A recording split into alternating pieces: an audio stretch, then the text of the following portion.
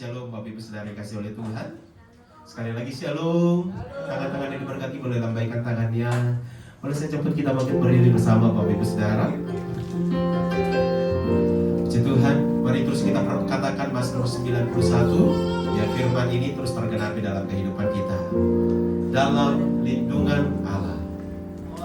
Orang yang duduk dalam lindungan yang maha tinggi dan bermalam dalam naungan yang maha kuasa akan berkata kepada Tuhan, tempat perlindunganku dan kubu pertahananku, Allahku yang kupercayai. Sungguh dialah yang melepaskan engkau dari jerang penangkap burung, dari penyakit sampar yang busuk. Dengan kepatnya ia akan melindungi engkau, di bawah sayapnya engkau akan berlindung. Kesetiaannya ialah perisai dan pagar tembok. Engkau tak usah takut terhadap kedahsyatan malam, terhadap panah yang terbang di waktu siang, terhadap penyakit sampar yang berjalan di dalam gelap, terhadap penyakit menular yang mengamuk di waktu petang. Walau 1000 orang rebah di sisimu dan 10.000 di sebelah kananmu, tetapi itu tidak akan menimpa. Engkau hanya menontonnya dengan matamu sendiri dan melihat pembalasan terhadap orang-orang fasik. Sebab Tuhan ialah tempat perlindunganmu, yang maha tinggi telah kau buat tempat perteduhanmu, dan Tuhan tidak akan mendekat kepada kemahmu, sebab malaikat-malaikatnya akan diperintahkannya kepadamu untuk menjaga engkau di segala jalanmu. Mereka akan menatang kau di atas tangannya, supaya kakimu jangan terangkuk kepada batu. Singa dan ular tedung akan kau langkahi, engkau akan menginjak anak singa dan ular naga. Sungguh hatinya melekat kepadaku, maka aku akan meluputkannya, aku akan membentenginya, sebab ia mengenal namaku. Bila ia berseru kepadaku, aku akan menjawab, aku akan menyertai dia dalam kesesakan, aku akan meluputkannya dan memuliakannya. Dengan panjang umur akan kukenyangkan dia, keselamatan daripadaku. Boleh kita berikan tepuk tangan terbaik buat Tuhan Yesus. Mari kita tundukkan kepala, kita berdoa bersama. Segala puji, hormat, syukur kami naikkan bagi-Mu Tuhan. Engkau terlalu baik bagi kami sampai hari ini. Kami ada sebagaimana kami ada. Kami tahu semuanya karena kebaikan Tuhan terus menyelimuti kehidupan kami Bapa. Tidak ada alasan bagi kami untuk tidak bersyukur sampai hari ini. Kami tahu kasih Tuhan sungguh luar biasa menyertai kami sampai di penghujung tahun 2024. Kiranya Tuhan terus berkarya di dalam setiap pribadi kami, keluarga lepas keluarga juga Tuhan pulihkan, Tuhan berkati, dan Engkau hadir di tengah-tengah kami. Terpujilah nama-Mu Bapa. Biar pagi siang hari ini Tuhan hadir di sepanjang ibadah kami dari awal sampai selesainya. Kami tahu Tuhan berkenan di tengah-tengah pujian penyembahan kami, dan di tengah-tengah ibadah kami ada kuasa, ada hadirat Allah yang terus menjamah dan memulihkan kami. Kami bersyukur, kami menyembah, dan segala puji, segala hormat, kemuliaan kami persembahkan bagi-Mu. Di dalam nama Tuhan Yesus kami berdoa dan bersyukur. Haleluya, haleluya. Terima kasih Tuhan, Engkau baik bagi kami. Terima kasih Tuhan untuk kasih setia-Mu yang ku alami dalam hidupku. Terima kasih Yesus untuk kebaikan-Mu sepanjang hidupku. Terima kasih ya Tuhan Yesus. Terima kasih Tuhan untuk kasih setia-Mu yang ku alami dalam hidupku.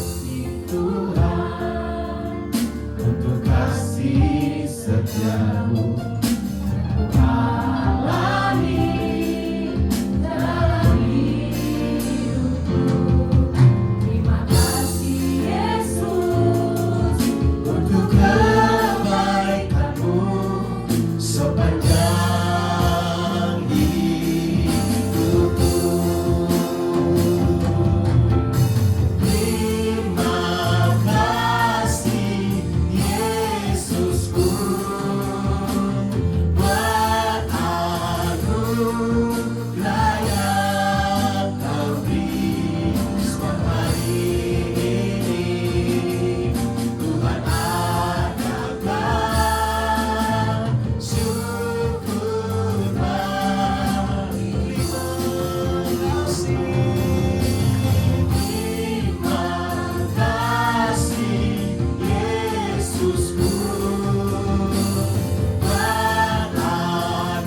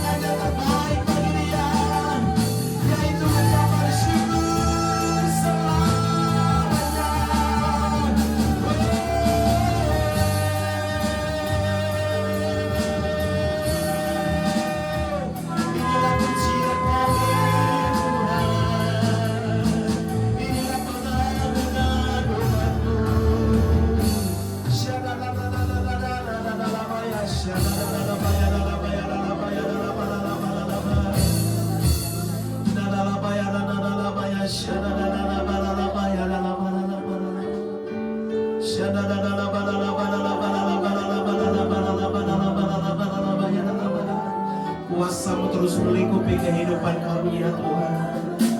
Roh-Mu yang selalu hadir bersama kami selama-lamanya. Kami datang di hadapan-Mu, kami membawa segala yang terbaik.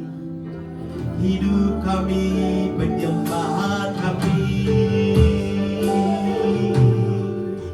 hati yang menyembah, datang di hadapan-Mu pada pagi hari ini ya Tuhan, menghampiri tata-Mu yang kudus. Ini pujian kami.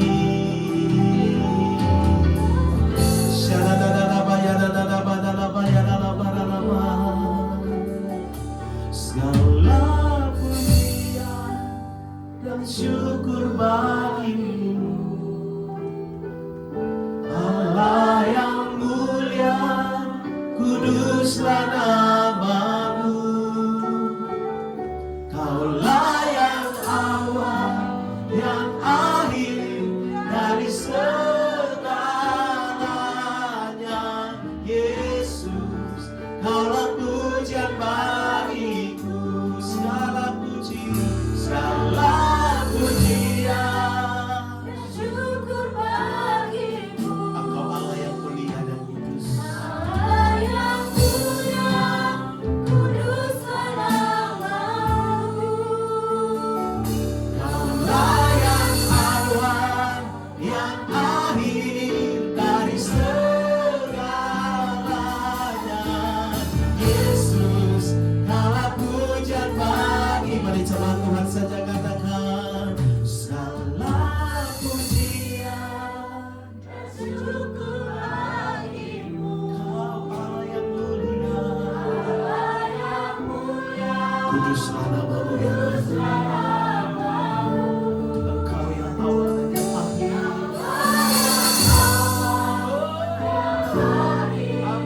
dari segalanya. Sekali lagi sama Tuhan, sama kebingi yang kecil katakan segala pujian, Syukur bagimu. pujian kami Tuhan yang mulia.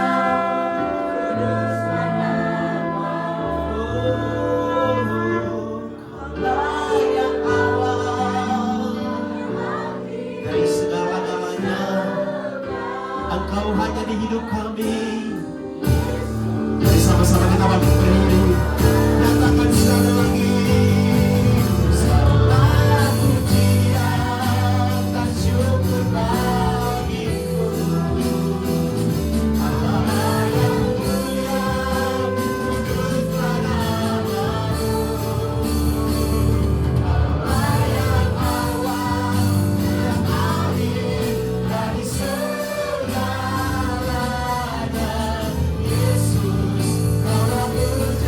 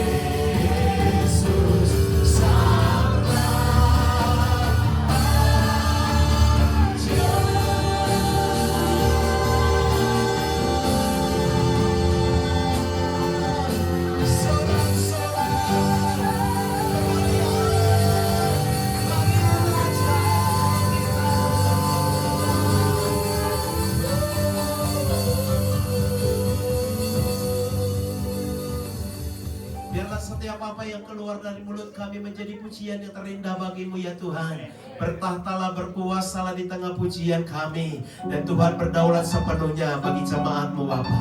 Terpuji-pujilah nama-Mu di dalam nama Tuhan Yesus. Kami terus berpengharapan hanya di dalam nama Tuhan Yesus. Nama yang penuh kuasa, nama yang memberikan kemenangan lepas kemenangan bagi setiap kami. Terpuji-pujilah nama-Mu di dalam nama Tuhan Yesus, yang siap terus memuji menyembah Tuhan bersama kita katakan. Boleh tepuk tangan sekali lagi bagi nama Tuhan kita. Haleluya. Saya percaya di penghujung tahun 2024 ini, biar kita tetap berpegang teguh kepada Tuhan. Berpengharapan sepenuhnya hanya kepada Tuhan Yesus.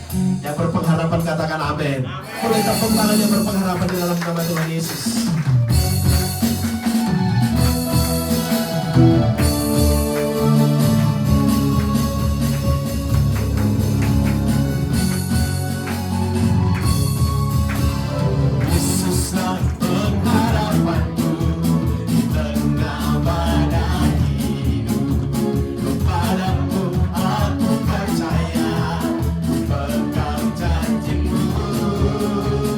Dapat kemenangan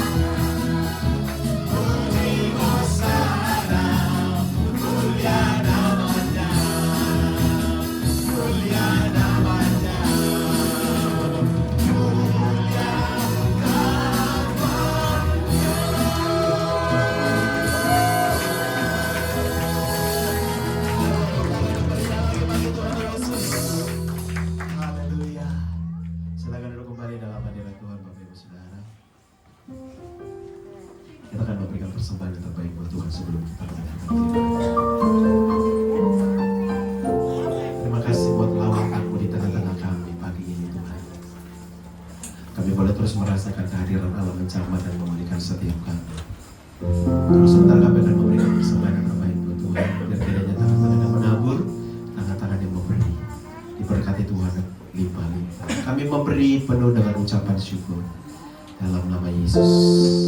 Haleluya. Amin. Selamat memberi, Tuhan Yesus memberkati. Bukan dengan kekuatanku ku dapat jalani hidupku tanpa Tuhan yang di sampingku. Ku tak mampu sendiri. Engkaulah kuatku yang menopangku. Ku pandang wajah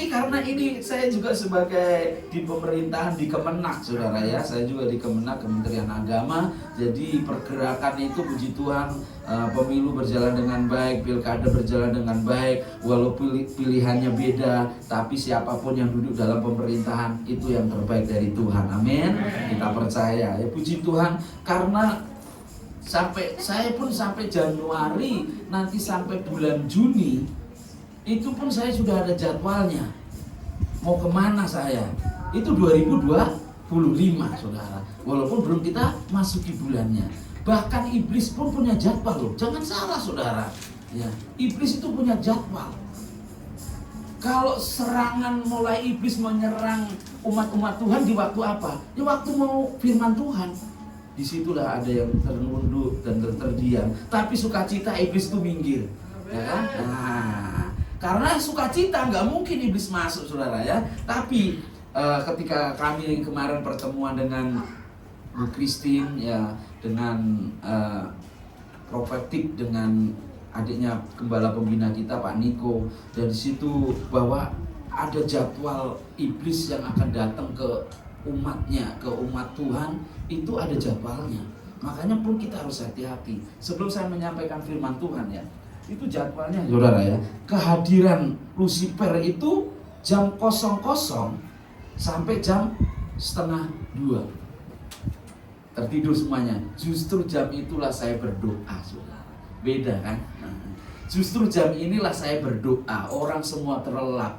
Makanya beda. Doa saya yang selalu dijawab Tuhan, karena saudara apa? Semua banyak yang tertidur, saya terjaga berdoa. Saingannya berkurang. Ini jadwalnya. Ketika Bu Christine menyampaikan ini, saya terkejut. Ini jam saya doa, justru Lucifer sedang bekerja.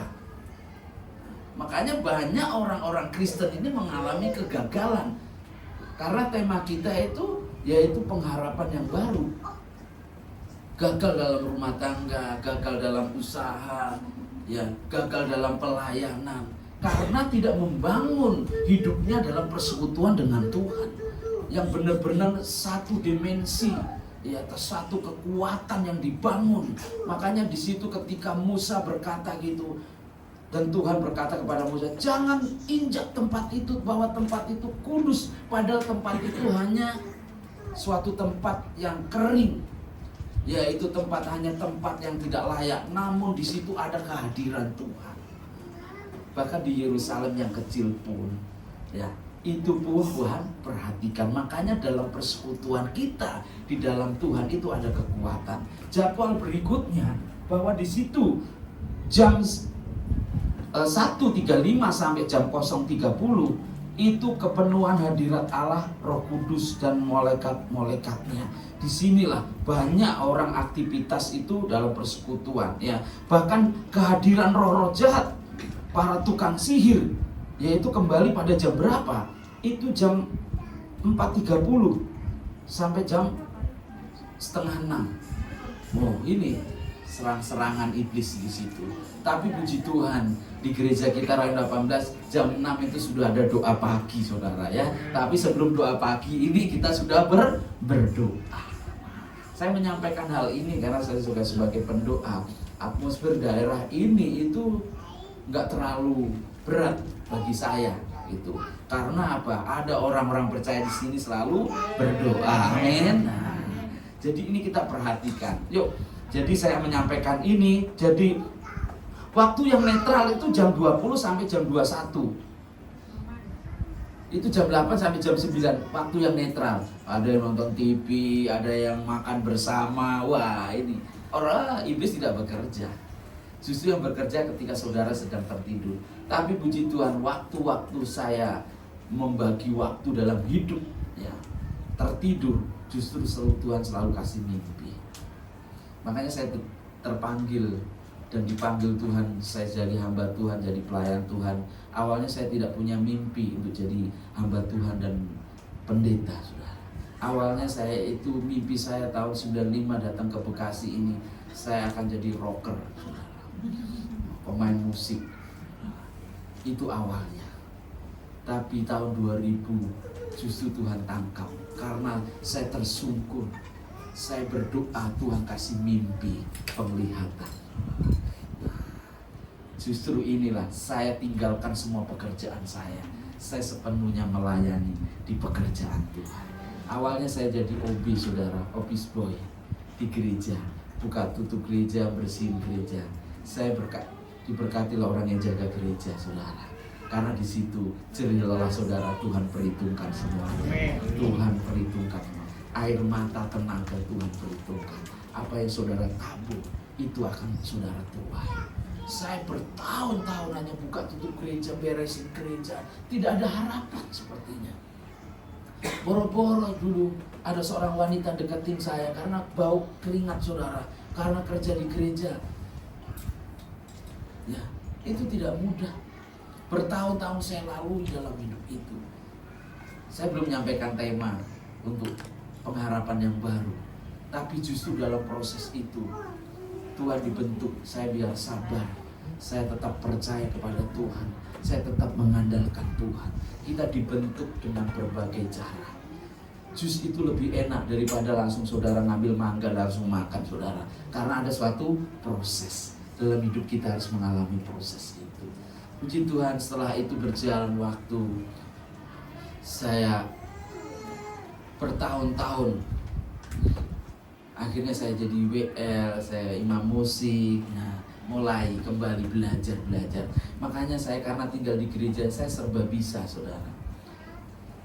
Main alat musik, sound system, semua serba bisa. Karena apa? Saya tidak mau tinggal diam sebagai orang. Mau belajar dan belajar. Sampai sekarang saya pun tetap belajar, walaupun saya sebagai guru di sekolah, saudara, dan dosen di kampus. Tapi saya tetap belajar. Ini menjadi kerinduan saya. Saya tidak mau semuanya dalam zona nyaman. Saya diproses perintisan dalam pelayanan itu tidak mudah. Di demo masa begitu banyak, saya digiring dengan masa masuk ke kelurahan, ke kecamatan, di sidang. Saya mengalami proses seperti itu.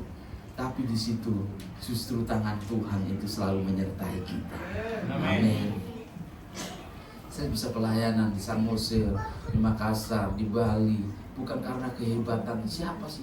Saya ini orang yang standar nasional Indonesia, maksudnya tingginya saudara ya, standar nasional Indonesia ya.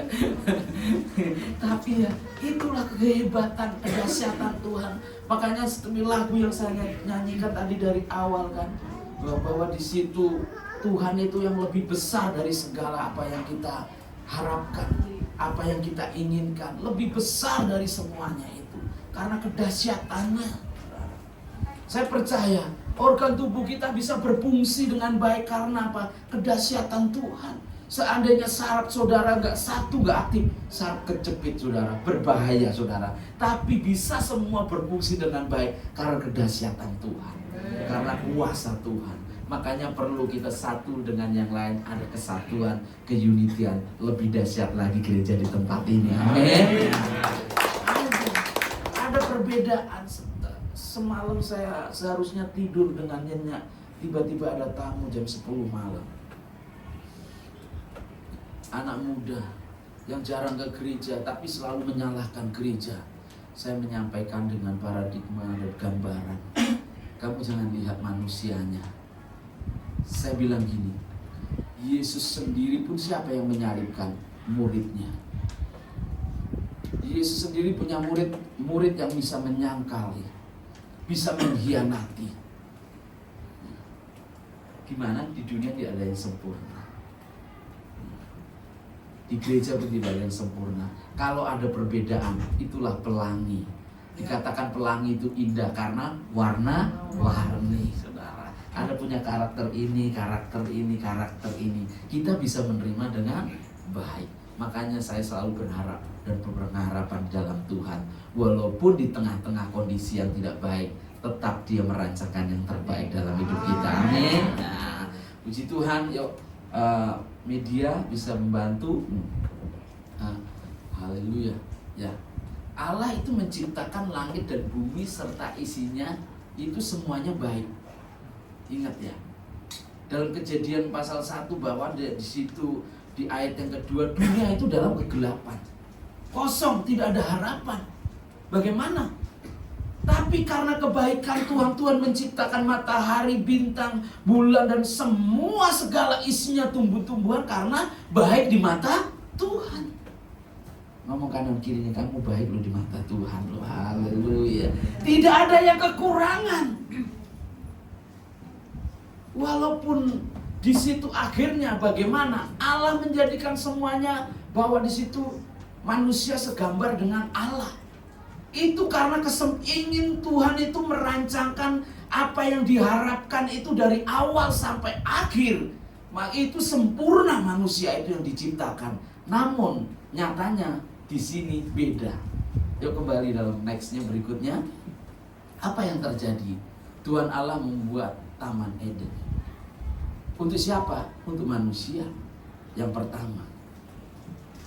Makanya Kejadian 2 ayat 8 di situ. Selanjutnya Tuhan Allah membuat Taman Eden di sebelah timur, dan diputuslah, ditempatkannya lah manusia yang dibentuknya itu. Indah kan? Semuanya terpenuhi. Lengkap semua di Taman Eden itu. Tidak ada kekurangan. Bahkan manusia saat ini, dunia diciptakan untuk siapa? Untuk manusia. Tapi mengapa manusia itu selalu berkata, saya kurang, saya tidak bisa. Ya, karena apa? Menyimpang.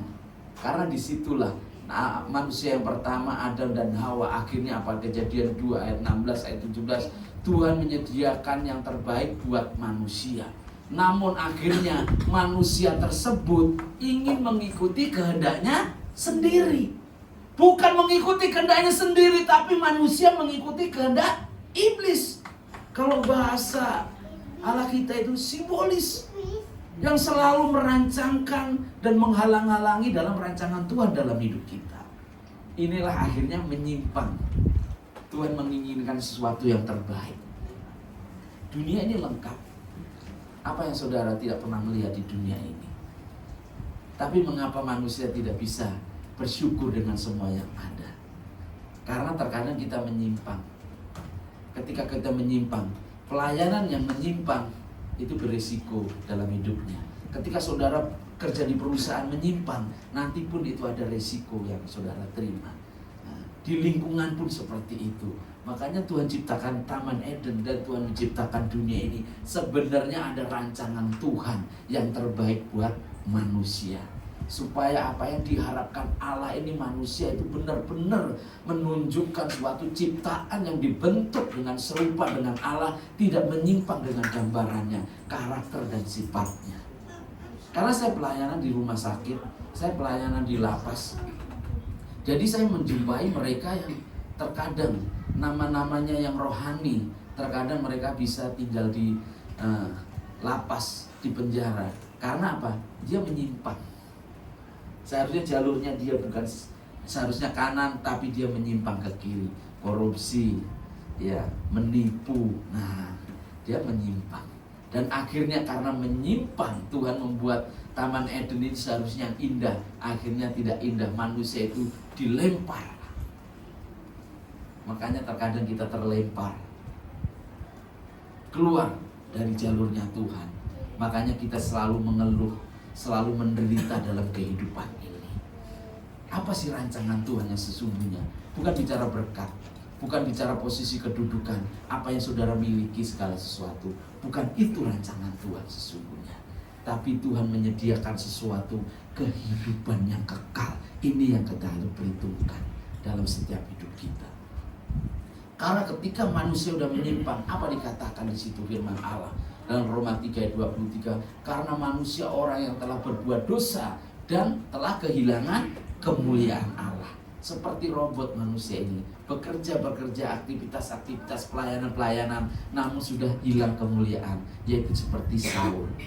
Saul masih bangga dia jadi raja, tapi nyatanya urapan Tuhan, kuasa Tuhan tidak ada dalam hidupnya. Roh Tuhan sudah tidak ada dalam hidupnya. Masih bisa hidup, masih bisa beraktivitas, bisa melayani, namun hidupnya tidak berkenan kepada Tuhan. Kemuliaannya sudah hilang.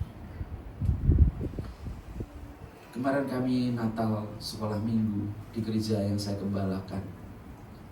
Saya serahkan semuanya itu sama panitia Natal.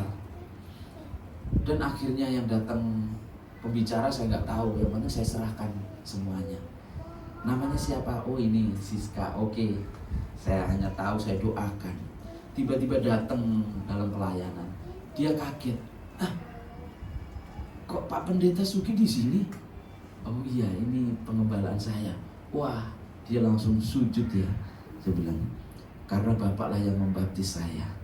Bapak yang mengarahkan hidup saya. Sampai hari inilah saya bisa berjumpa dengan Bapak dan sama-sama melayani. Saya udah 15 tahun tidak ketemu dengan Bapak. Mungkin taburan apa yang kita sampaikan itu kita nggak instan, tapi buahnya itu nanti akhirnya apa? Iya, 15 tahun, 20 tahun kita tidak tahu. Dan dia bisa menyampaikan, keluarga saya bisa dipulihkan. Bukan menjadi kebanggaan saya, tapi saya nggak memikirkan hal itu. Kok dia bisa bersaksi? Karena dampaknya sudah berapa 15 tahun itu yang saya lakukan, nyatanya dampaknya sekarang ini. Mungkin akhirnya di sini Adam yang jatuh dalam dosa dengan Hawa, langsung terjadilah dampaknya saat itu. Karena tidak berkenan di mata Tuhan. Saat ini manusia yang sedang jatuh, apakah langsung seperti itu? Karena berdosa dia langsung benjol? Enggak kan? Tapi nanti penghakimannya di hadapan Allah. Manusia udah kehilangan kemuliaan Allah karena jatuh dalam dosa. Ketika seorang ibu ini bersaksi akhirnya, terima kasih selama ini apa yang dilakukan gembala di tempat ini. Dia mengenalkan, inilah suami saya. Oh, suaminya polisi, saudara, gagah tinggi. Untung sudah bertobat. Waktu nggak bertobat, bisa hook kanan dan hook kiri, saudara. Tapi di sini nggak ada, semuanya baik-baik semuanya. Amin. Nggak ada yang seperti itu, saudara. Itu mungkin di daerah Papua sana, saudara. Tapi puji Tuhan, proses itu berjalan. Itu tidak mudah, saudara. Tapi saya bangga karena apa? Sudah melayani. Tapi setelah itu kembali, apa yang terjadi? Tuhan membuat Taman di Eden itu sebenarnya indah, baik. Tuhan menciptakan kita itu indah. Jangan kita berkata, aduh, saya lahir lagi tanggal tua lagi, belum gajian lagi, kan mungkin gitu. Nah, nggak ada istilah seperti itu. Tapi nyatanya Tuhan itu merancangkan yang terbaik dalam setiap hidup kita. Dan akhirnya jatuh dalam dosa, apa yang terjadi? Roma 6 ayat 23, sebab upah dosa ialah maut. Katakan maut.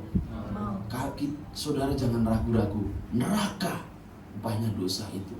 Makanya ini pengharapan yang sesungguhnya apa yang Tuhan inginkan dalam hidup kita. Bukan kesuksesan, keberhasilan menjalani hidup ini supaya dipandang orang lain, wow, luar biasa, enggak. Tapi justru ini kita harus menyadari, inilah pengharapan manusia yang hilang karena apa? Jatuh dalam dosa. Banyak hal nggak berani menyampaikan tentang kekudusan, hidup dalam kebenaran, karena hamba-hamba Tuhan, pelayan Tuhan itu masih hidup dalam hal yang tidak berkenan. Mengapa kita harus saya menyampaikan hal yang tegas ini? Karena di bulan Desember ini kehadiran Allah ini yang bisa mengubahkan hidup kita. Karena udah hilanglah pengharapan ketika kita jatuh dalam dosa. Tapi kalau tanpa kehadiran Tuhan, Tuhan tidak bisa memulihkan kita. Kalau tanpa kehadiran, semuanya itu membuat kita itu gagal. Next berikutnya, apa yang terjadi, saudara? Ada pengharapan yang baru. Makanya dalam Mika pasal 5 ayat 1 itu, ia tetapi engkau, di sini dikatakan, tetapi engkau, hai Bethlehem Efrata, hai yang terkecil di antara kaum-kaum Yehuda, daripadamu akan bangkit bagiku seorang yang akan memerintah Israel, yang di situ dikatakan bukakan sudah sejak purbakala, sejak dahulu kala. Jadi sudah dinubuatkan ada pengharapan yang baru. Karena ketika itu bangsa Israel, Yahudi, bahkan di situ dalam masa-masa penderitaan, dalam pembuangan, ya, itu tidak ada harapan lagi. Tapi disitulah muncul nubuatan di Efrata yang kecil ini akan lahir seorang Mesias, sang juru selamat. Dan akhirnya Yesaya pun menubuatkan bahwa Yesaya pasal 95 di situ dikatakan bahwa di situ dengan jelas. Yuk, mari kita baca bersama-sama. Ayat ini sangat-sangat luar biasa memberkati kita semuanya. Yesaya pasal 9 ayat 5. Di situ dengan jelas dikatakan, sebab seorang anak telah lahir untuk kita, seorang putra telah diberikan untuk kita, lambang pemerintahan ada di atas bahunya, dan namanya disebutkan orang penasehat ajaib, Allah yang perkasa, Bapa yang kekal, Raja damai. Ada pengharapan yang baru karena di situ dikatakan penasehat yang ajaib, di mana keluarga kita tetap utuh kalau menghadirkan Allah dalam hidup kita, menghadirkan Tuhan dalam hidup kita. Dialah penasehat yang ajaib. Kalau jemaat punya pergumulan bisa datang ke gembala, ke pendeta, pelayan. Kalau pendeta datang ke mana? Ke Tuhan. Dialah penasehat yang ajaib untuk memutuskan segala sesuatu, untuk melakukan segala sesuatu. Kita perlu penasehat yang ajaib. Inilah pengharapan yang baru dalam hidup kita. Bangsa Israel ada pengharapan yang baru karena di situ ada penasehat yang ajaib. Bangsa yang tertindas, yang tertawan, supaya terbukalah sesuatu jalan, pintu anugerah. Dalam hidup kita pun seperti itu. Saya dulunya menyimpang karena apa? Saya nggak mengerti apa menjadi kehendak Tuhan dalam hidup saya. Makanya hidup saya walaupun Kristen, awal-awalnya tidak mengerti kehendak Tuhan, hanya rutinitas. Karena tidak didasari dengan, yaitu kita tidak memahami kebenaran yang sesungguhnya. Kalau kita tahu ada penasehat yang ajaib, saya percaya kita selalu tersungkur pada Tuhan. Tuhan, ini keluarga kami, ini usaha kami, ini umat-umatmu Tuhan, ini pun pelayanan kami. Kita datang kepada Tuhan karena dialah pengharapan bagi kita semuanya. Penasehat yang ajaib, sungguh dahsyat, luar biasa. Ketika kami mau ngambil ruko, saudara, mau beli untuk pekerjaan Tuhan, karena awalnya kami itu pelayanan di rumah-rumah, pindah-pindah dan tidak boleh menetap. Kami mau ngambil ruko di tahun 2014. Waktu itu saya pulang dari Israel, saya berdoa di gereja multifikasi, yaitu gereja 5 roti dan 2 ekor ikan. Saya berdoa, saya tersungkur di sana. Tuhan, dimanapun kami berada, Engkau pun sungguh nyata kehadiran-Mu. Engkau selalu maha hadir dimanapun. Tapi di tempat ini saya berdoa, Tuhan, biar multiplikasi itu terjadi dalam kehidupanku, dalam pelayananku. Gereja itu masih, akhirnya saya ambillah ruko. Saya kumpulkan semuanya. Pak, uang yang masuk itu hanya 5 juta, 7 juta sebulan, Pak. Cicilannya berapa, Pak? Saya tanya, saya diskusi dengan pihak bank, 11.500.000. Wah, nggak nyambung ini, Pak. Bingung semuanya kan. Saya hanya berkata, bagi Tuhan tidak ada yang mustahil. Akhirnya 2024 ini ruko yang satu sudah lunas. 2020 masa pandemi kami ambil satu ruko lagi. Saya berdoa kepada Tuhan. Tuhan, saya mau ambil. Kalau harganya itu turun. Harga di tahun 2014 itu 850 juta. Saya minta harga di tahun 2020 kalau bisa harganya turun. Biar kehendakmu lah yang jadi. Harganya turun 650 juta, saudara. Seharusnya naik 1,3 M sekarang ruko tersebut. Nah, inilah kekuatan.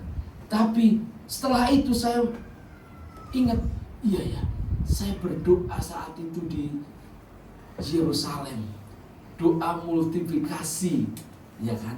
Jadi satu ruko jadi 2 ruko. Saudara jangan berdoa kalau istri 1, istri 2, nggak boleh itu saudara. Yang berdoa juga yang belum dapat jodoh itu boleh saudara ya. Saya pun berdoa waktu itu, bagaimana saya harus punya lokasi rumah yang lebih besar. Karena tempat kami itu tempat untuk penginapan orang-orang yang orang tuanya yang sudah mulai stres menghadapi anaknya yang bingung, kadang dititipin di rumah kami. Saya sediakan kamar. Makanya pernah ada yang tinggal di situ itu karena dia seorang perokok dan peminum saudara. Saya udah kamu tinggal ya, kamu jangan merokok di rumah. Pokoknya mengalami pemulihan dulu lah. Akhirnya dia malaman dia itu nyanyi gitu. Pagi-pagi saya lihat pakai gitar saya kok udah putus 3 ini. Mungkin karena dia udah stres saudara. Jadi tapi akhirnya saya pun gagal. Dia kerja dengan bagus, dapat gaji yang bagus. Saya tanya, gimana gajinya? Puji Tuhan, istri saya itu kalau pagi dia nyiapin sarapan, bawain bekal. Wah, dikasih uang saku gitu. Itu berbulan-bulan saudara. Saya pikir, wah puji Tuhan di rumah itu shalom. Wah, pokoknya begitu tunduk lah gitu. Ketika istri saya tanya, gajinya gimana? Gajinya belum ditransfer. Nanti katanya. Saya pikir ini karena istri saya itu dulunya dia kerja di perusahaan tahun 2016 karena sudah keluar dia jadi personalia dan pegang keuangan di perusahaan. Kalau saat ini pun dia mau nelpon bos itu langsung diterima. Boleh kamu kerja masuk lagi karena apa yang dilakukan itu baik. Nah, tanggung jawab.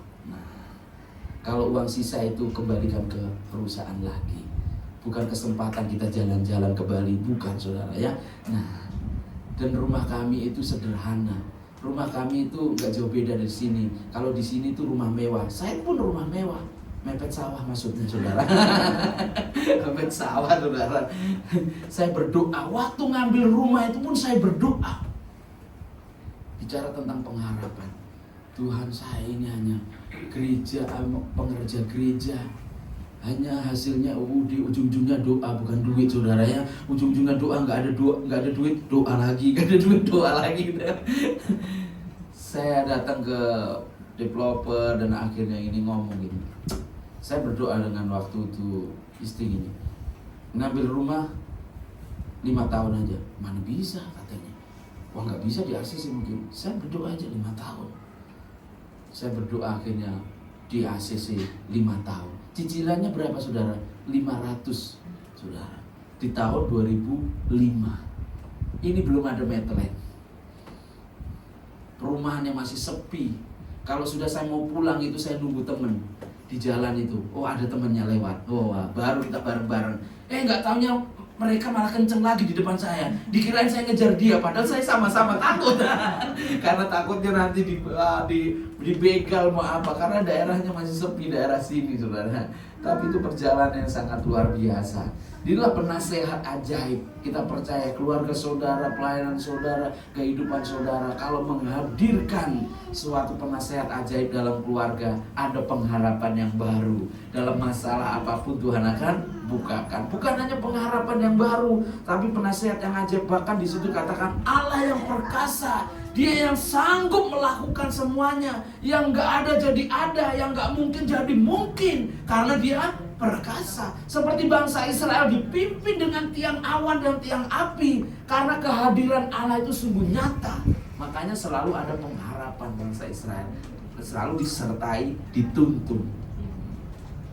Masuk dalam berbagai cara. Itu pun kita percaya. Kita punya Allah yang perkasa, yang dahsyat, yang luar biasa. Ya ini harus kita imani. Inilah ada pengharapan yang baru karena kita punya Allah yang perkasa. Walaupun saudara kalau naik tangga kayaknya agak berat yang udah usia, tapi kita punya Tuhan Allah yang perkasa. Ya. Saya pernah pelayanan di suatu daerah arah Sukatani saudara. Itu tegangan tangganya itu nanjak gini saudara. Waduh, ini harus gigi satu terus menurut saya. Saya kasihan sama orang yang tua, saya aja berhenti dulu ya kan. Ini bagaimana? Kita pun harus, ya kita punya penasihat yang ngajak bagaimana caranya untuk semuanya baik kan. Punya Allah yang perkasa ya. Sangat dasar. Dan kembali ada pengharapan yang baru di situ, katakan ada di situ Bapa yang kekal. Mengapa dikatakan Bapa yang kekal? Bapa di dunia ini hanya sementara. Hanya usia 70-80. Itu pun kalau kuat. Tapi kita punya Bapa yang kekal. Kalau saudara sudah yatim piatu, pasti dipelihara negara, ya kan? Tapi Bapa yang memelihara hidup kita sebenarnya, amin. Ya. Bapa kita yang memelihara kehidupan kita. Kita punya Bapa yang kekal, ya, Alfa dan Omega. Dialah yang awal, yang akhir, yang menentukan, yang merancangkan dalam setiap kehidupan kita. Anak-anak muda jangan berkata, saya punya Bapa yang seperti ini, kayaknya nggak sesuai. Tapi engkau punya Bapa yang kekal. Dia melakukan semuanya apa yang terbaik dalam setiap kehidupan kita. Bahkan Raja Damai. Inilah pengharapan yang sesungguhnya, Raja Damai. Saya di Medan punya abang, yaitu di Jalan Raja Damai. Tapi ketika pagi-pagi saya bangun jam 7, ya, keluar dari rumah jam 7. Nggak tahunya tetangganya berantem, saudara. Katanya ini jalan damai, nggak taunya kok berantem terus. Nah, jangan sampai kita punya Raja Damai tapi hidup kita tidak membawa damai. Jangan sampai nanti tulisannya di sini damai.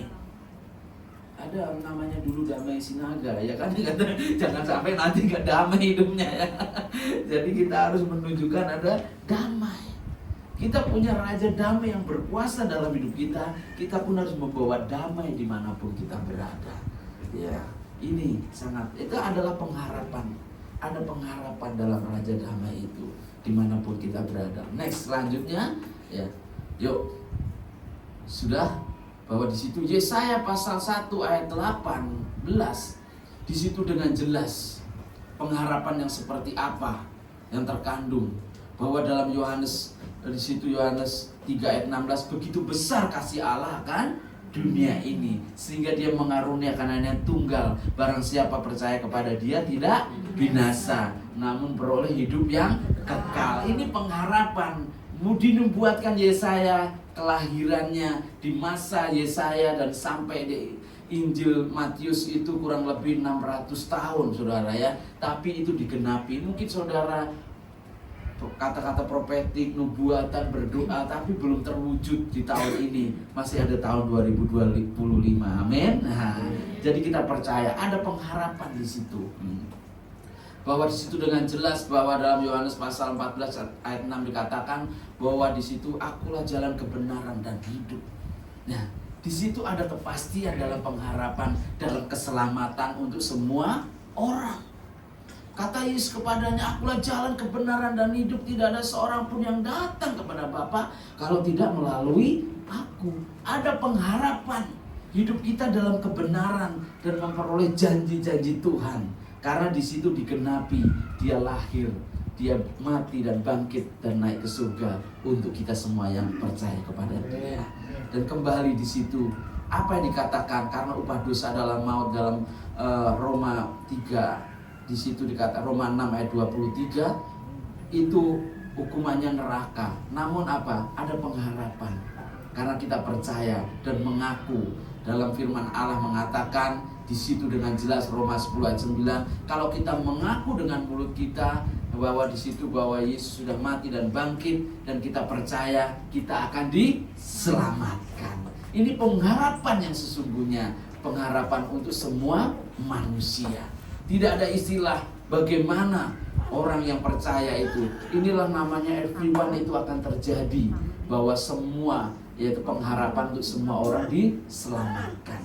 Mengalami perjumpaan dengan Tuhan. Mengalami sesuatu hal perubahan dalam hidupnya. Dengan jelas bahwa di situ maka dikatakan Roma 3 ayat 24 dengan jelas. Dan oleh karena kasih karunia ya telah dibenarkan ya dengan cuma-cuma karena apa? Penebusan dalam Kristus Yesus. Inilah namanya pengharapan buat kita untuk semua diselamatkan. Makanya dalam Yesaya di situ dengan jelas mengatakan Yesaya pasal 1 bahwa di situ mengatakan dosa kita pun akan diputihkan Mungkin saudara pengharapannya inginnya ya kalau bisa pajak diputihkan, tapi ini sebenarnya kita harus lebih daripada itu saudara ya.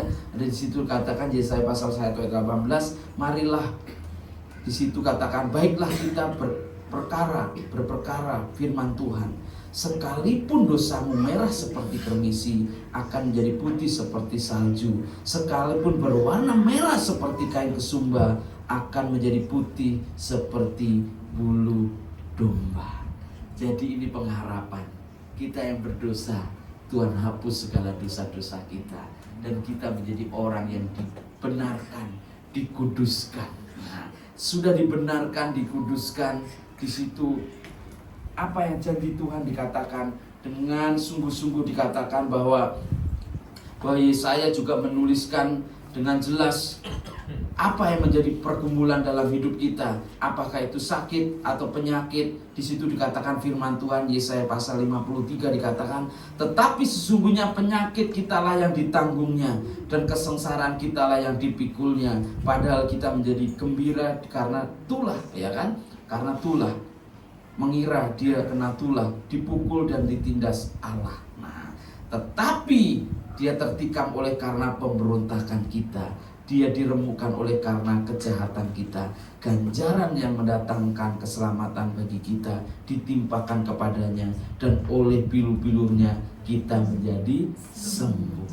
Inilah janji di mana ada pengharapan, ada keselamatan, ada kesembuhan, ada mukjizat dan berkat dalam setiap hidup kita yang selalu berpengharapan di dalam Tuhan. Ada pengharapan yang baru.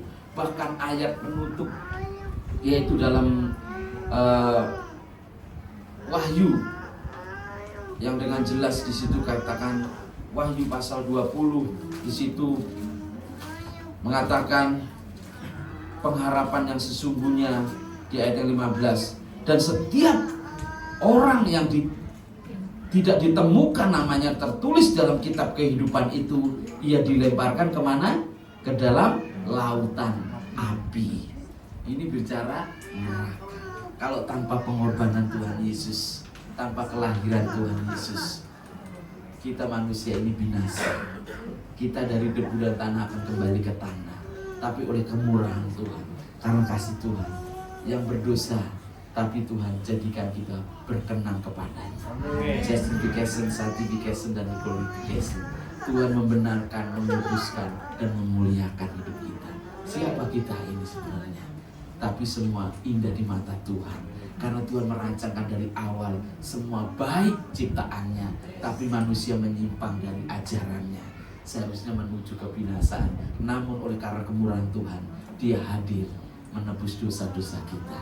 Nama kita tertulis bukan karena nama kita tertulis dalam kitab kehidupan, namun sikap, tindakan, perilaku, kehidupan kita yang berkenan, itu yang Tuhan perhitungkan, dan kita tercatat menjadi orang-orang pilihan Tuhan yang akan menghuni yaitu kerajaan surga selama-lamanya. Amin. Ini pengharapan yang sesungguhnya. Jangan saudara merasa saya tidak mampu, tidak bisa. Kalau Allah turut bekerja dalam segala sesuatu untuk mendatangkan kebaikan bagi kita semuanya. Mari kita bangkit berdiri. Haleluya. Terima kasih Tuhan. Kau layakkan kami Tuhan. Kuduskan kami Tuhan, supaya kami menyadari Bapa, semua ada pengharapan di dalam Engkau Bapa. Umat-umat-Mu yang saat ini dalam menghadapi berbagai hal, kesusahan, masalah dalam hidup, kami percaya, tapi Kau merancangkan semua yang terbaik. Seperti janji-Mu, Kau menciptakan semua yang ada di bumi ini, semua baik di hadapan-Mu. Ampuni kami ketika kami menyimpan dari ajaran itu, kami menyimpang dari jalan-Mu, supaya kami lebih lagi hidup berkenan di hadapan-Mu. Terima kasih, terima kasih. Haleluya, haleluya.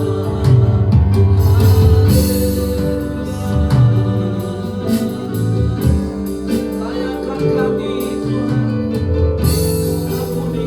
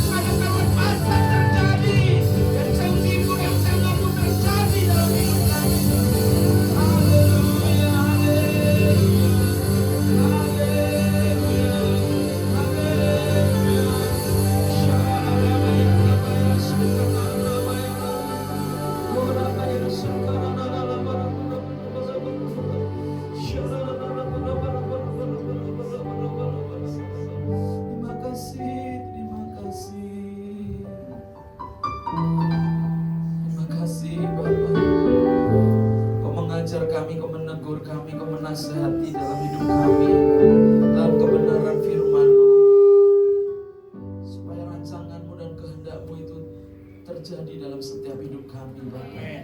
Agar kami tidak menyimpang, kami tetap berjalan sesuai dengan kehendak-Mu dan rancangan-Mu, Bapa. Supaya keselamatan, berkat, mukjizat dan anugerah itu Kau nyatakan dalam setiap hidup kami, Bapa. Dengan bulan yang penuh sukacita ini, keluarga pun mengalami sukacita.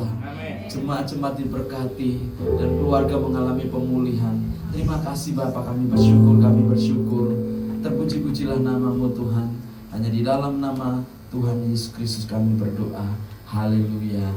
Amin. Silakan Tuhan berkati. Duduk kembali, Bapak Saudara, kita mendengarkan pengumuman. Dek, jangan dek, pasti. Dek, nanti dia tutup. Sini.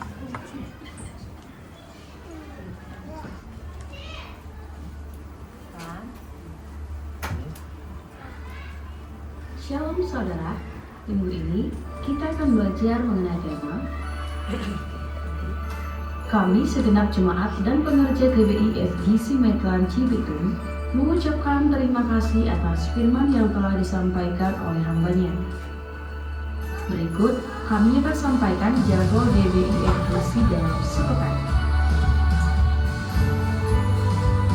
Ibadah raya setiap hari Minggu pukul 10 pagi di tempat ini, disertai dengan ibadah sekolah minggu.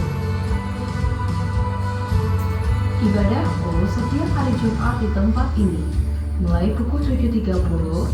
Mari kita hadiri bersama-sama. Menara doa setiap hari Senin sampai Sabtu di tempat ini, dimulai pukul 7 malam dan terbuka bagi semua jemaat Tuhan. Kami menyambut jemaat Tuhan yang pertama kali beribadah di tempat ini, dan kami mengundang untuk mengikuti ibadah di minggu-minggu selanjutnya. Badminton BB Sport diadakan setiap hari Kamis pukul 8 malam bertempat di Gor Metlan Cibitung.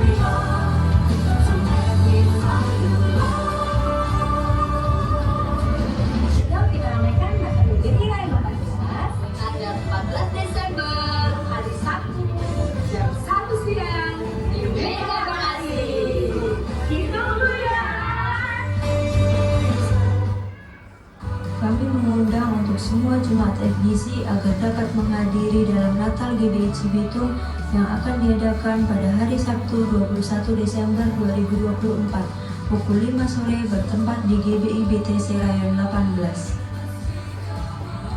KKR Natal GBI Rayon 18 akan diadakan pada hari Selasa 24 Desember 2024 pukul 6 sore di Bekasi Convention Center, lantai 5 Mega Bekasi. Demikian pengumuman sepekan. Tuhan Yesus memberkati.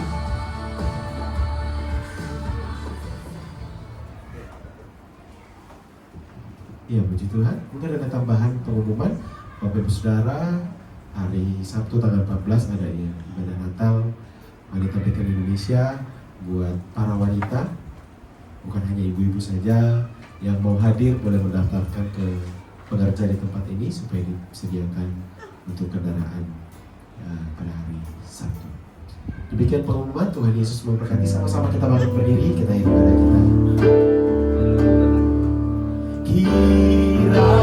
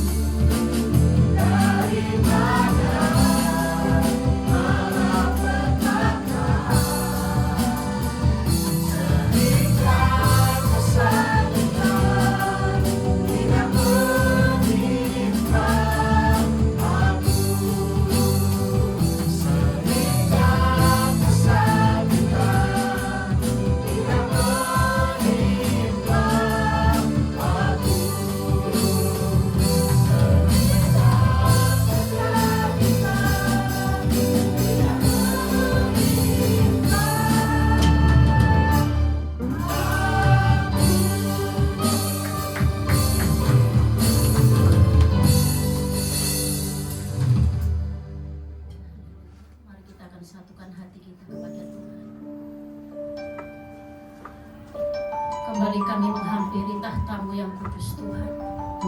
Kalau pada pagi hari ini Tuhan, kami sungguh mengucap syukur buat kasih penyertaan-Mu Tuhan sepanjang hari ini. Kami mengucap syukur Bapa, kalau pagi hari ini kami sudah diberkati oleh Engkau Bapa. Kami sudah diberkati oleh kebenaran firman. Bahkan kami boleh diberkati oleh Engkau ya Bapa, oleh pujian penyembahan kami. Terimalah pujian penyembahan kami ya Bapa, bila menjadikan dupa yang harum di hadapan Tuhan. Kami mengucap syukur buat firman-Mu Bapa. Biarlah pada pagi hari ini Tuhan, terus kami berpengharapan kepadamu ya Bapa. Karena Engkaulah pengharapan kami satu-satunya di dalam kehidupan kami Bapa. Terima kasih Tuhan, Kau berkati setiap kami pada pagi hari ini. Terlebih Kau berkati Bapa, Kau berkati hamba-Mu Tuhan yang sudah menyampaikan isi hati-Mu Bapak Sugi. Biarlah Tuhan Kau berkati lebih lagi Tuhan, pengurapan-Mu Tuhan Kau berikan atas hamba-Mu. Pelayanannya Tuhan Kau berkati, rumah tangganya, istri dan anak-anaknya Tuhan berkati. Bahkan gereja ya Tuhan yang dikembalakannya Tuhan berkati ya Bapa.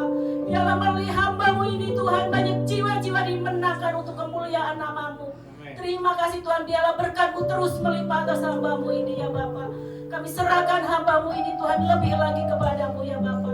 Terima kasih Tuhan Yesus, kami juga berdoa ya Bapa buat Bapak pembina kami, Bapak Insinyur Niko Nyoto Raharjo. Biarlah melalui hamba-Mu Tuhan, banyak visi dan misi boleh sampai kepada setiap kami. Nyatakan visi-Mu atas Tuhan hamba-Mu. Biarlah boleh Tuhan kami menikmati visi-visi-Mu itu Tuhan, untuk boleh membawa jiwa-jiwa bagi-Mu Bapa. Berkati hamba-Mu, berkati istri anaknya, berkati penggembalaannya ya Bapa. Biarlah melalui hamba-Mu akan banyak gereja-gereja dibukakan di Indonesia, bahkan di luar negeri ya Bapa.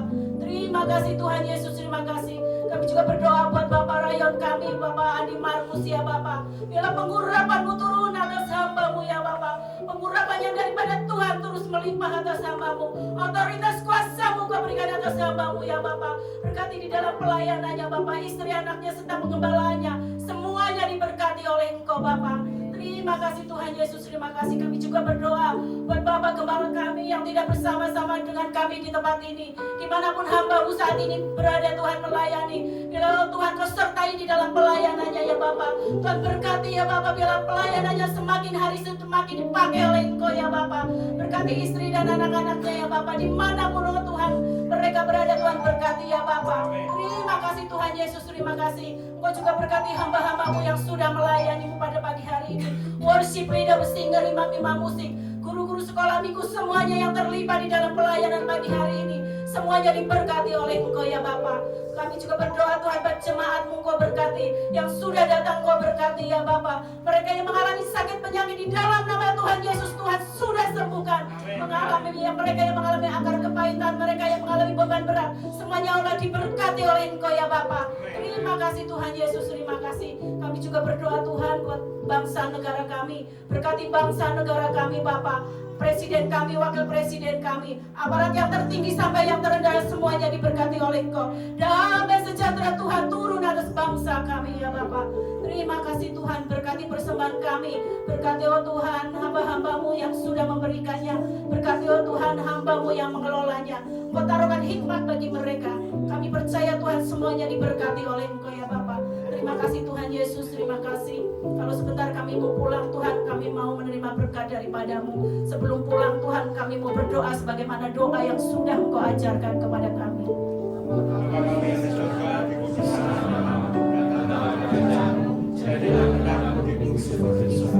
Berikanlah kami pada hari ini makanan kami secukupnya, dan ampunilah kami kesalahan kami, seperti kami juga mengampuni orang yang salah kami. Dan janganlah membawa kami ke dalam, tetapi lepaskanlah kami dari jahat. Karena Engkau punya kerajaan dan kuasa dan kemuliaan sampai selama-lamanya. Mari kita angkat tangan kita bersama-sama. Diberkatilah seisi rumahmu, diberkatilah keluargamu, diberkatilah keluar masukmu, dan diberkati apa yang dikerjakan oleh tanganmu. Tuhan membuat berhasil, Tuhan memberkati berlimpah-limpah. Terimalah berkat damai sejahtera dan sukacita, kasih dan anugerah Tuhan yang berlimpah-limpah, penyertaan dan perlindungan Tuhan yang sempurna menyertai kita semuanya. Tuhan yang membawa kita dalam kemenangan-kemenangan, dalam kemuliaan-kemuliaannya sampai Maranatha, sampai kedatangan Tuhan kedua kali menjemput kita di awan permai, bahkan sampai selama-lamanya. Mari kita semua yang percaya, mari kita katakan amin. Selamat hari Minggu.